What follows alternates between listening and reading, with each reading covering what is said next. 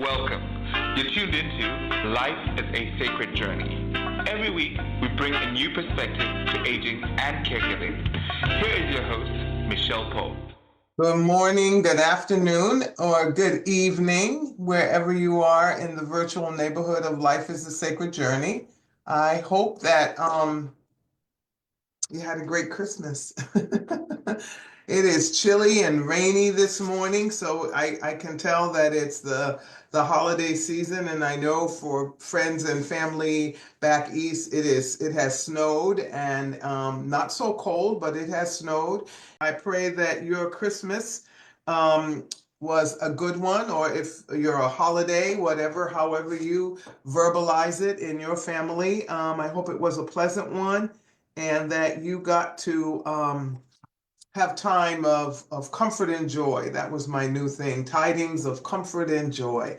And so hit the share button if you would. And if you're not subscribed to Life is a Sacred Journey, you can do that so that every time we come on, you get a notification. And I think it's a ding ding because we are on YouTube and Facebook and all of those different places and different platforms. And so we kind of want to make sure we let you know that so that you can find us wherever you do your podcasting. So please do all those things so that we know you're out there. And if you're willing this morning, right, if you're with us this morning, write in the chat, good morning, happy holidays, I'm here, or whatever you want to write, whatever salutation works best for you. Felicia, first of all, as we begin 2025, I have to first of all say thank you to all of you. I'm going to start with all of you out there in the virtual neighborhood of Life is a Sacred Journey. You are an amazing group of people that follow us week after week. And have been following us for many, many years. And so I want to thank you for doing that and want to wish you just the best 2025. And then I want to thank Felicia again. I have to thank Felicia because she is amazing and she is the one that helps me to get this all right because I've always told you I have no clue on the face of the planet what I'm doing other than just coming and sharing the best of myself with you. And so just thank you, Felicia, for everything that you have done, not only in 2024, but for every year since I've met you. You've been such an asset to my life in so many, many ways. And now, even more than ever, as you have walked with me during this phase of my life and my journey. So thank you so much. So I also want to reach out to all of my followers across the pond. Just thank you all in Belgium and Dubai, England, all those places, France, where we have followers who are following us on a week to week basis and watching, may not live because it's a different time zone and they may be at work or it may be a different day, but you are faithful followers as well. And I want to thank you so much for taking us across the pond, as I always say, to be a part of your day, be a part of your community, and how much I appreciate that. Oh, and also in Singapore, I forgot about Singapore, Tiara. So thank you, thank you, thank you, thank you, thank you for all of you. I hope we will do more and more creative things next year that maybe this is the year that we finally take Life is a Sacred Journey on the road. Wow. What an idea. So we will contemplate all those things as we move forward, into 2025. So thank you for being here, Nancy and Sandy and Brenda and I'm trying to think of all the names, Kimberly, Susie, all of you all of you, even if I didn't say your name, I know that you show up, and I just cannot tell you how much I appreciate it. So thank you. Thank you for walking with me, being with me. I know you're out there. I see your comments. Sister T, I see your comments. Tosca, I see all of your comments. So thank you, thank you, thank you. I'm trying to bring it up so that I can go back and make sure that I try to say thank you to everybody that has supported Life is a Sacred Journey, because we're trying to do the right thing, and your support and your comments help us to know that you're walking with us. So thank you so much. I wanted to start today by looking at some feel good things. And I thought, I'm trying to move this page along here. Hold on. Oh, hold on. So I wanted to start by telling you to go to the Random Acts of Kindness website and get your hold on, your 2025, can you see that? I hope. Your 2025 kindness calendar. And it's from the Random Acts of Kindness Foundation, which I follow. So there you go. I want to make sure you can see it. Go to their website. I'm going to color mine in. I'm going to put it in a binder and just color it in, because I love the adult coloring books and things, but I'm going to color in the front page. And color all. So they take you through all these random acts of kindness through every single month. And so the first thing for Wednesday, January 1, 2025, is to give a compliment to someone every day throughout January. So it just goes through. Compliment 5 people around you on something not related to physical appearance. Make a list of 10 things you hope to accomplish this year. I'm going to actually make copies of it and send it to some colleagues of mine. But yeah, please. I think this would be a great way for us to spend the year trying to figure out ways that we can be kind. So go to Random Acts of Kindness Foundation, and you will find the 2025 kindness calendar. So that's one thing I wanted to share with you. And then I am a big follower of positive news. So there is a website called positive.news.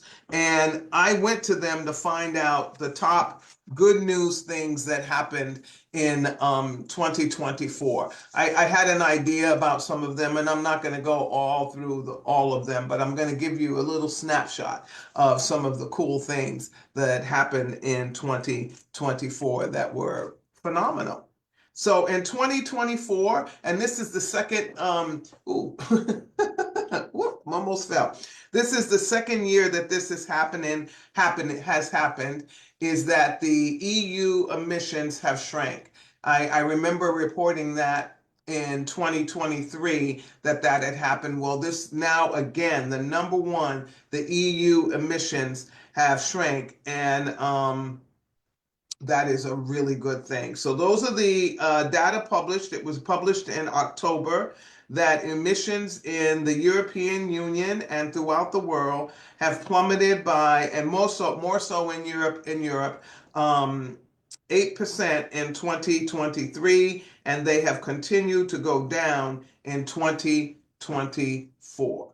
So that is such a good thing, that the emissions from our cars and all of that, we still have a long way to go. And in order for Mother Earth to heal herself, and we still have a long way to go. So electric cars, hybrid cars, I still have a gas car, but very low emission car. But at the end of the day, when it dies, I will go hybrid if I'm still doing driving and all of that at that point. I might give up driving altogether. I know there's a doctor that lives here in California, and he actually doesn't drive. He takes public transportation everywhere. So it can be done, and we can give up the automobile, because the emissions from it are bad for the earth. But we're getting better at it. So let's keep going, and let's you know plug ahead and whatever you can do with your vehicle, making sure you get it smogged on time, making sure you do your oil changes. All of those kinds of things help with the emission of your vehicle and also save our air, and Mother Earth will be very happy for you. Happy that you did it. Let's see. I'm gonna find something else. The green economy. This is something that my daughter is very invested in. She keeps me aware of the green economy, solar panels, hybrid cars, electric cars, all the different things that make up the green economy apparently have defied the skeptics. In 2024, more people are getting, even though it may be different now with rules and different things about the solar panels, or whatever it may be in their home, using less the heat kind of things, meaning burning wood in their fireplace, adhering to the Save the Air days, all of those things. The green economy is defying the skeptics who said it won't have an impact. It doesn't make a difference, because it does. So continue to do those things that you're doing in your home and in your community. The other night, I smelt someone burning wood uh, on a spare the air day, and I just thought, before I have a fireplace, but before I put wood, or I don't even use wood, I actually use those. Um, I can't remember the name of them. But those logs that that cost an arm and a leg, but their emissions from those are lower. And so again, if you know, write it in the chat for me so I can remember what they're called. When I go to the store, I remember. And the nations, all of us have moved to address biodiversity loss. We're looking at things in the earth that we're losing, things, extinct animals, all of those things. We're looking to figure out a way how we can do a better job at that going forward. So I just pray that the United States will continue to be involved in that conversation globally, because it is a global issue. It is not just one country or one continent that is experiencing the things that we think global warming is creating. But when we have biodiversity, we have the understanding, or when we know about biodiversity and learn about it, that the biological diversity of more than just mankind is so important. So whatever we can do to learn to contribute, to invest our dollars in those kinds of things, look it up, do some research, and figure out what calls your heart to those things.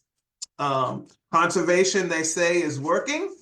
So I'm a lover of the turtle, the sea turtle, and that's just one area. You can see a lot of the good things have happened because we're paying attention to what we're doing to Mother Earth, the planet in which houses us, the planet that we draw life from. And so the sea turtle and all of these wonderful animals that are trying to live and make it on this planet alongside with us, our conservation is working. We still have so much more to do, where we think about things like when the coyotes are coming down because they need water, or they're looking for food because we're taking up more of that land mass, and then the only thing we can think of doing is killing them. Then that's not conservation. It's like, oh, well, maybe we need to stop building so close to their habitats. Maybe we need to be more thankful to them that they've given up their habitat, and figure out a way to create a duplicate habitat that's further away from people. But the reality is, I've learned this. My house is near a man-made creek and a park. And my house must have been the wonderful highway for every animal that you can think of. Okay, I'm just saying, because when I look at my camera at night, or when I wake up in the morning and look at it and see there's possums. I mean, they walk right by my front door, go down the trail, and I don't know where they end up. I don't know if they go back I'm sure they do, but possums, raccoons, there's an owl that's up in the tree in the back of my house. There's a tree that's huge up there, and it lives up there because you can hear it. You can hear them. There's bees in the persimmon tree.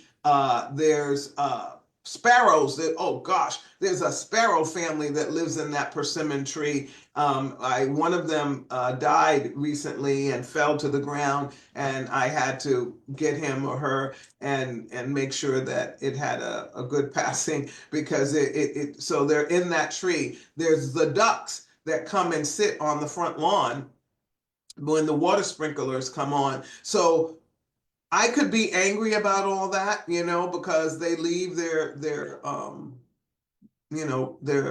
residual behind many times, but I'm not, because I'm sure that park was there because it's a part of Mount Diablo way before those houses were built. And so the reality is this was their highway that they went through and around, and so they're still doing that.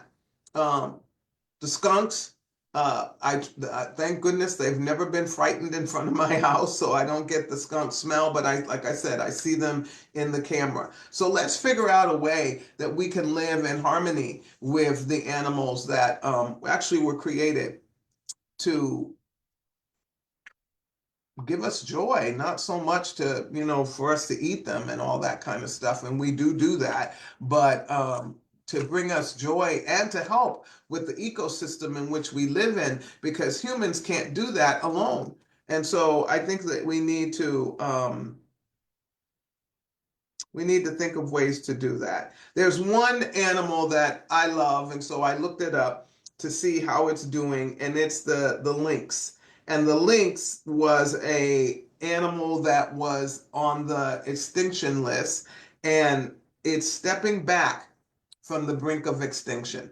And that's because it is being watched in reserve areas, not taking it and putting it in a zoo, but that it's in a reserve area where it's protected. And so it's having an opportunity to multiply. And so that's a really cool thing. If you don't know what a lynx is, look it up. It is one of the most beautiful cats or cat species that is created. It's small, it's speedy. Yeah, I love the lynx. So take a look at it. It has these little like whiskery things that makes it to me very, very cute. All right, I'm gonna go in. I already talked about that, but it says naysayers fail to put the brakes on electric cars. So that the naysayers who said no, no, no, no, no electric cars, it'll never work. We do need to build an infrastructure. And I was thinking about this the other day. As you know, that's why we call these ponderings, because I ponder so many things. I was like, okay, so why aren't the electric stations where people go a lot, put them at a gas station, so that no matter where you are. I've been in remote places where I've needed gas, and gas comes up, the little symbol on the road comes up, and I go and get gas. Well, make sure that you have these electrical stations in those areas. Why do I say that? Because many of them that I see are at the grocery store. Well, you know what? What if you don't shop at that grocery store? Or when I go to the grocery store, they're all being used. So let's get them in the gas stations so that people, and I've seen some gas stations that have them. But I know why, and you know why they're not there. But come on. You know what? We're gonna have gas for a minute, because there are people like me who have a car that's not dying. Thank you. And I'm gonna use it. I'm gonna try to keep it clean and safe and all of those kinds of things as it relates to the emissions. But let's just, you know what, give up some space, gas stations, to the electrical. It's to your benefit. You still make the money. You might make a little bit more money. You know, if it's only going to be about capitalism, then okay, you're going to make some money. Put them there so that people can find them, because that's one of the reasons that people, because I've asked some people, one of the reasons that they don't drive electrical cars, because they're afraid of they drive long distances and out of their area, and so they're frightened that they might not be able to charge it somewhere. So let's make it so they don't, you know, and give up a little space in your gas station, and that's going to take the oil business, the oil tycoons are going to have to look at it as a profit. So look at it as a profit. Okay, if you can look at anything and make anything a profit if you work hard enough. So let's work hard enough to make that possible. This is a good one that I was so happy to hear, and I'm starting to research that and find out more about it. It's called the community ownership. So the community ownership model, and it says it surged in 2024. And I think people coming out of the pandemic and realizing that they did things in community during the pandemic, and now they can continue to, is that you come together as a group of people in a community and you purchase a store, or you purchase land to build. Whoop, something fell. You purchase land to build stuff on, all of that kind of stuff. And so those are called the community ownership model. And it surged in 2024. And I'm hoping throughout 2025, we'll see it continue to grow, because that's pretty awesome. You know, when people can come together and make things happen. That was the light. Hold on a minute. I'm gonna pick it up because I need it. All right. I think I moved around a little too much. Hold on, friends. All right, there we go. All right, there we go. It went all the way across the room. So I picked it up because I need it to see. All right, so let's move forward on some other things that happened in 2024. You know, we had a conversation about AI, and that was something that went gangbusters in 2024 and will continue in 2025. There are major concerns about AI. I just read an article where parents are concerned about AI that is telling their children things that they don't want their children to know about or to discuss. And so I think that's an issue. So we need to figure out how to use AI effectively, how it's going to be in our lives to benefit and as a tool, but not something that is going to teach children to be adversarial with their parents or turn against their parents or anything like that. So AI is a good thing. I think in the medical industry, we found that I keep getting lipstick here. Hold on. We found out that in the medical field, AI is phenomenal. It's helping with medication management. It's helping with caregiving, but we need to always look at things with discernment. And the other with AI is that the robot industry, which is a derivative of all of that, is displacing workers in factories and things. So but we need to figure out how to do it right, because we don't want to put people out of jobs, because again, when people aren't working, no matter what job they may have, the economy suffers. And so how do we make AI a partner and not something that takes away from the economy? So that was one. And then this other is scientists revealed that really showed science that slowing down, if we could slow down a little bit and slow time, they were saying that, I love this one. It says that if only we could slow time, Well, a growing body of research suggests that you can, or at least slow your perception of time by experiencing more awe. And that's something the scientists proved it, that you slow life down, you slow it. Nancy Redding tells me this all the time, that there's evidence now, scientific evidence that, again, it's not about aging, it's just about time, that time slows down. It's like when you go sit at a beach, or you sit on a mountaintop or whatever, and you're in awe, you sit and watch a baby, you're in awe, those kinds of things. And so they added, George Mason University in Virginia did the study, and they showed the participants pictures of vast scenes and small spaces such as cupboards. People were more likely to think that they had been looking at small scenes for a shorter period than they had been, while the opposite was true for larger scenes. So it's like you want to narrow your scope, right? You want to narrow your scope and take time, and it just means slow down, and time slows down because you slow down. It's like, wow, we needed to do research on that. So hopefully that will be something that you will do in 2025. I know I'm joining that club. Cities became more livable. What they said globally, actually across the globe, that cities became more livable, where they started to put apartments and transportation in areas so that people could get around more freely. They made more areas walkable. They created light intersections where people could get across the street, like four-way lights, walking, like they do in some European cities. And it's just, things are getting a little bit better in our cities, in our urban areas. Some of our rural folks have felt, so this is there's always an up and a down.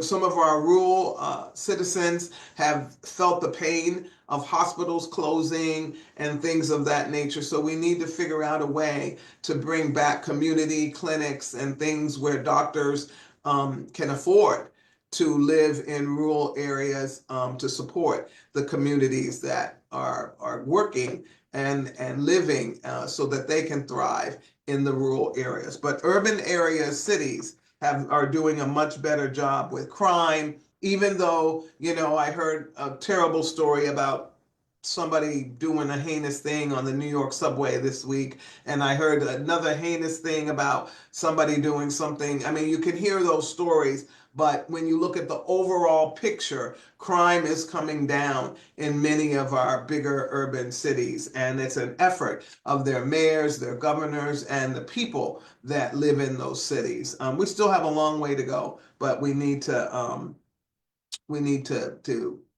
keep we need to keep applauding when we do something good. Just because we have a long way to go doesn't mean, like, if you're on a diet and you've only lost 2 pounds, applaud that 2 pounds, because at some point you'll be at 10.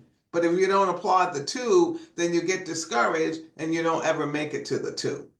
Another the thing that is, I don't know if it's good or bad, but they say it's good, that media literacy moved up. So people have more literacy around media, social media, and all of that. And I think in some ways, is it good, is it bad? It means people are using it. But at the end of the day, they're more aware of what's not good about it. So there, no screen time for children. We learned that. Oh my gosh. And this is the thing.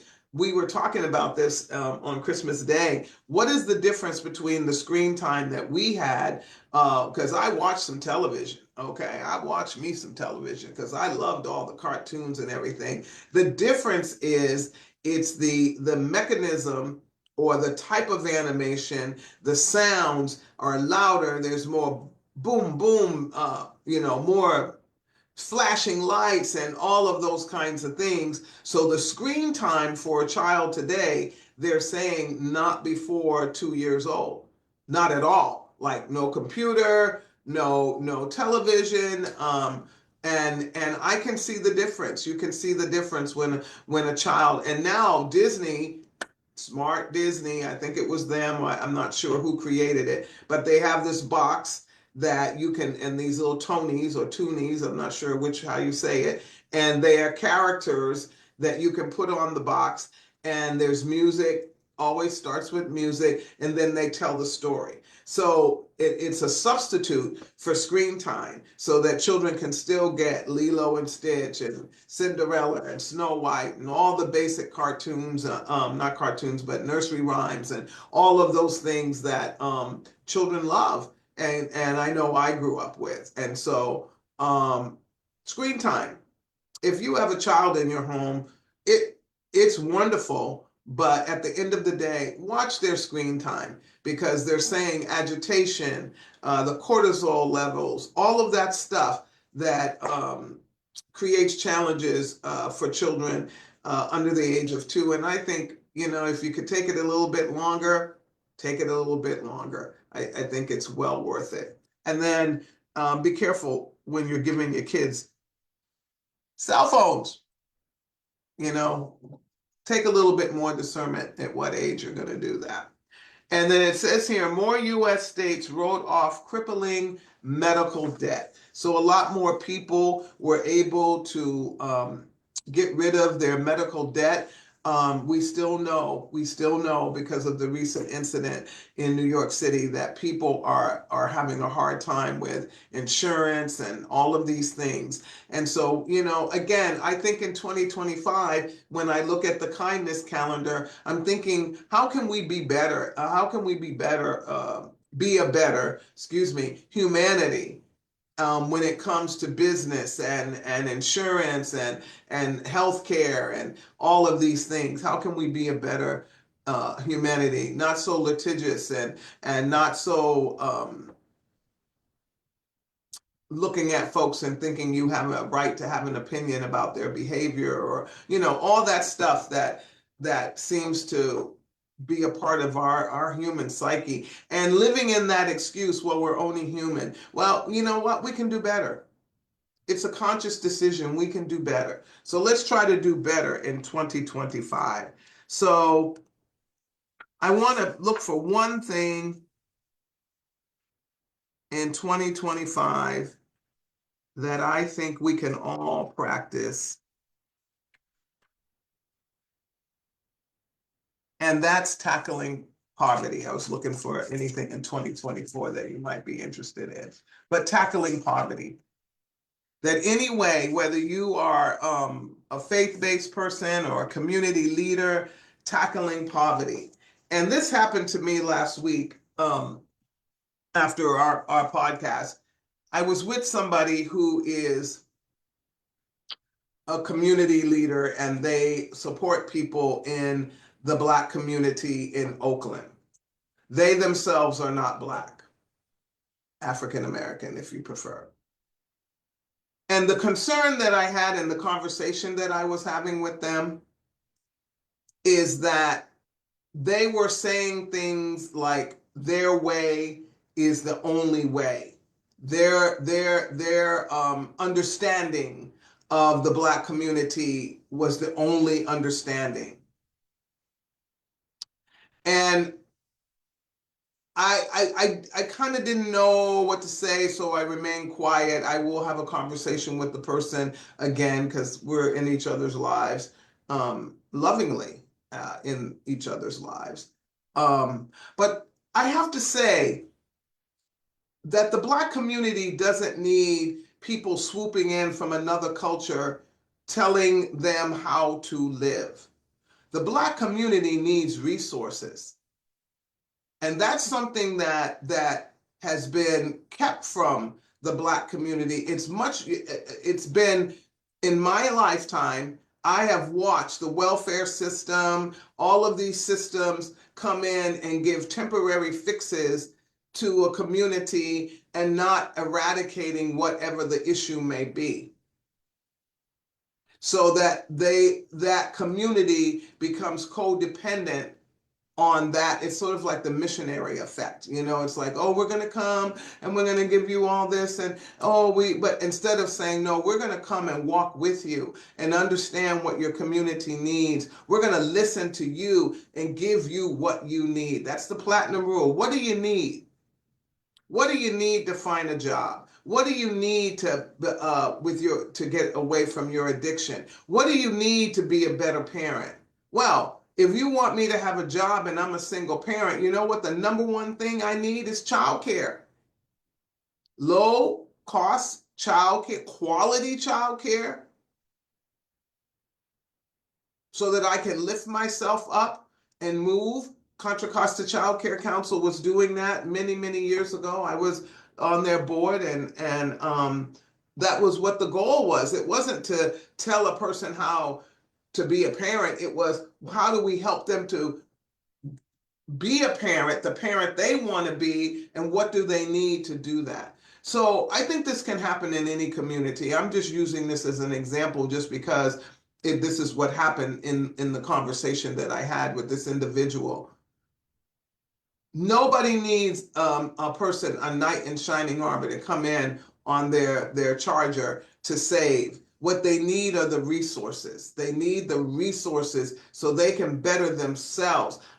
Nobody wants somebody to come in and be the better for them. They want them to come in, give the resources so they can do better. Because guess what? When they do better, then it becomes a lifestyle.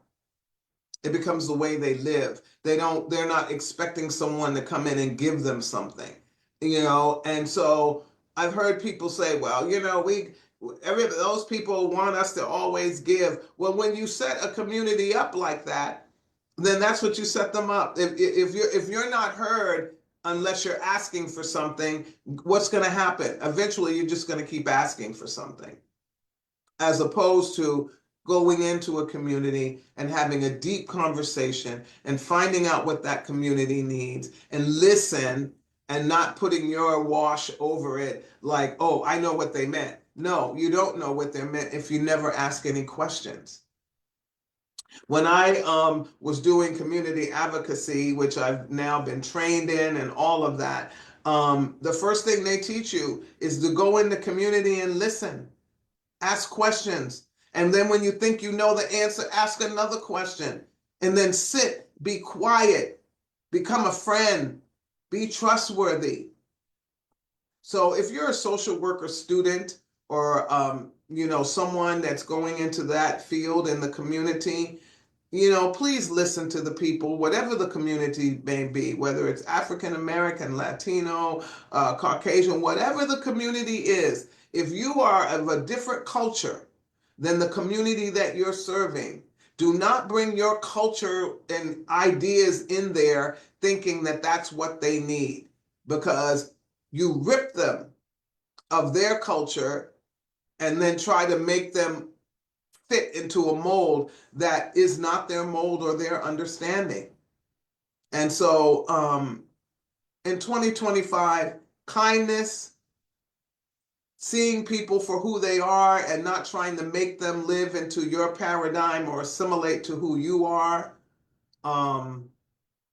Love, got to have love in there. Kindness hopefully leads to love.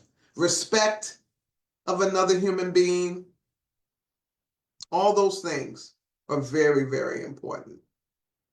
So hopefully in 2025, we'll get there, or at least push the needle a little bit, because it took us a long time to get where we are, so it's going to take us a long time to get out. But let's try to move forward in a way where, as it says on the calendar, make kindness the norm. Make the platinum rule the norm. Look it up if you don't know what it is. I did a whole thing on the platinum rule. You can go back and look. All right, friends, I think that's all I have for now. So by the time I see you again, it will be 2025. And so I pray for all of you that you have a great 2025, that it's filled with awe so that you can slow time down, that it's filled with joy and comfort, or as we were saying last week, tidings of comfort and joy. And when you take your tree down and all the bells and whistles of Christmas, try to hold on to that spirit of Christmas a little bit longer. Let's try to take it 365. Let's see if we can.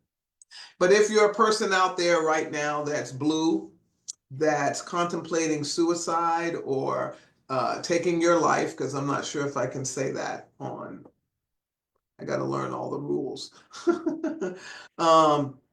That if you're contemplating taking your life, that please understand that life is a journey and it has its ups and downs.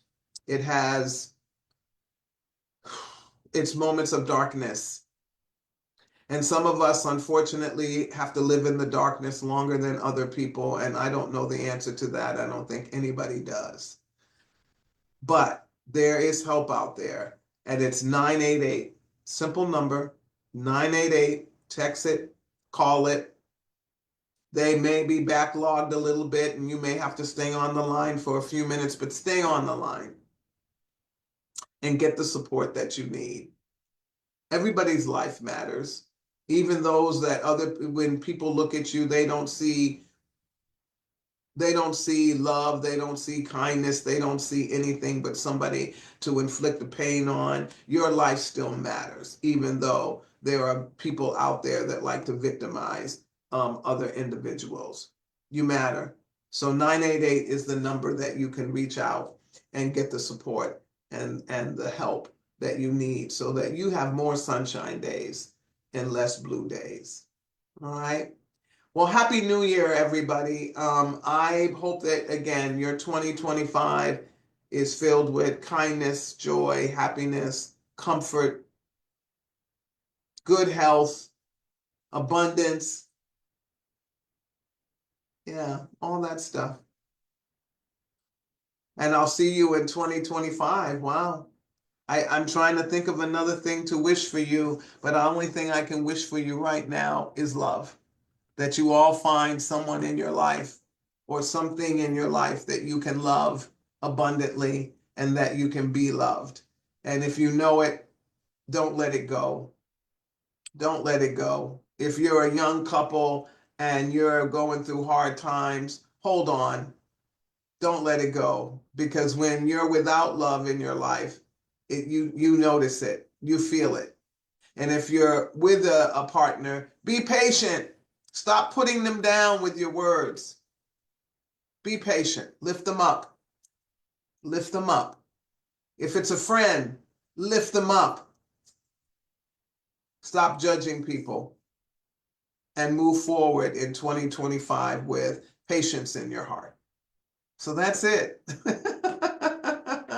I'll see you next week on Life is a Sacred Journey. I thank you again for being here and partnering with Felicia and I. You are amazingly, wonderfully made. And if you don't know it, find out.